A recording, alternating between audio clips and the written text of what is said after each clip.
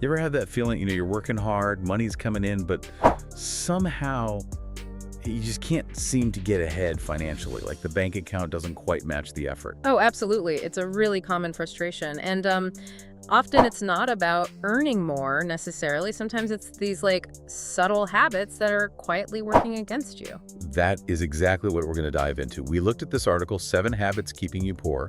So the idea is to unpack these 7 habits, look at the solutions the source offers, and maybe help you spot, potential pitfalls, keep more cash in your pocket. Sounds good. Yeah, the article lays them out pretty clearly. Starting with number 7. Okay, yeah. Yeah. Habit 7, not saving for emergencies. Seems kind of basic, maybe, but the source really stresses how unexpected stuff.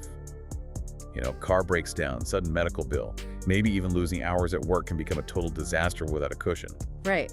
And the key takeaway here, I think, is that the solution they offer feels, doable. You don't need this massive emergency fund overnight. The suggestion is start small. Maybe aim for $500 or $1,000 first, or even just putting aside, say, $20 from each paycheck. Just getting started. Exactly. That little buffer stops a small hiccup from forcing you into, expensive debt. It buys peace of mind. Yeah, peace of mind is huge. Okay, moving to number 6. Using credit cards like cash. Uh-oh.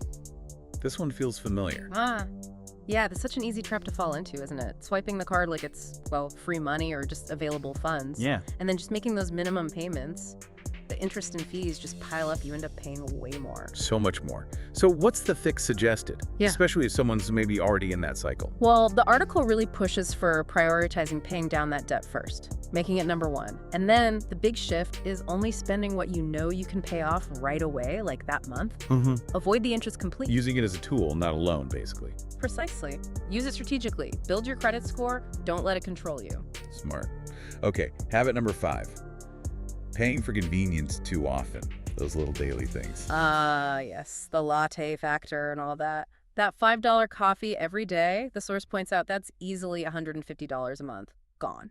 Or, getting takeout constantly instead of cooking. Those subscriptions you signed up for ages ago and forgot about. They just quietly drain your account. They really do. And the suggested changes are pretty simple, thankfully. Brew your coffee at home more often, maybe plan meals for the week. Actually look at your bank statement for those recurring charges and cancel the ones you don't use. It's about being a bit more intentional, isn't it? Exactly. Small tweaks, big impact over time.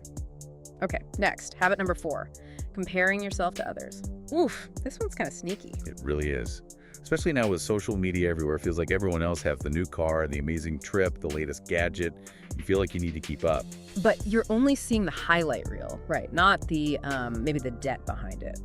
And the article's point is clear.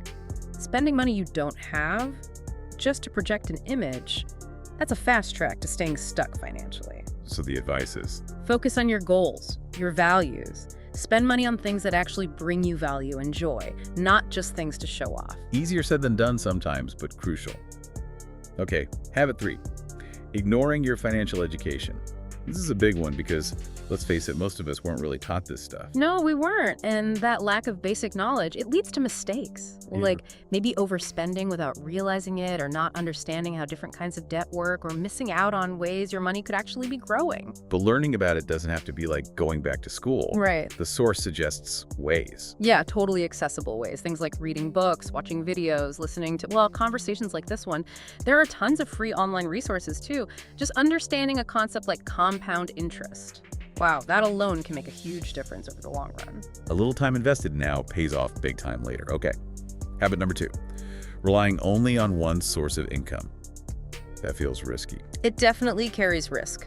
If that one job disappears or your hours get cut, you're suddenly in a very vulnerable position. So the source really advocates for building multiple income streams. Doesn't have to be some huge startup though. Not at all. It could be like using a skill you already have for some freelance work on the side, maybe selling crafts online or photos, or even just selling stuff around the house you don't need anymore. Just having another channel for money to come in. Add security. Exactly. More security, less stress, and it can help you reach your goals faster. Which brings us to habit number 1.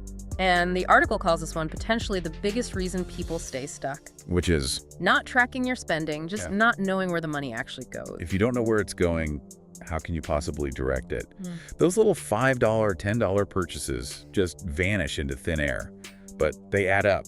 Massively. This is all about awareness. The source says the absolute fundamental step is to track it.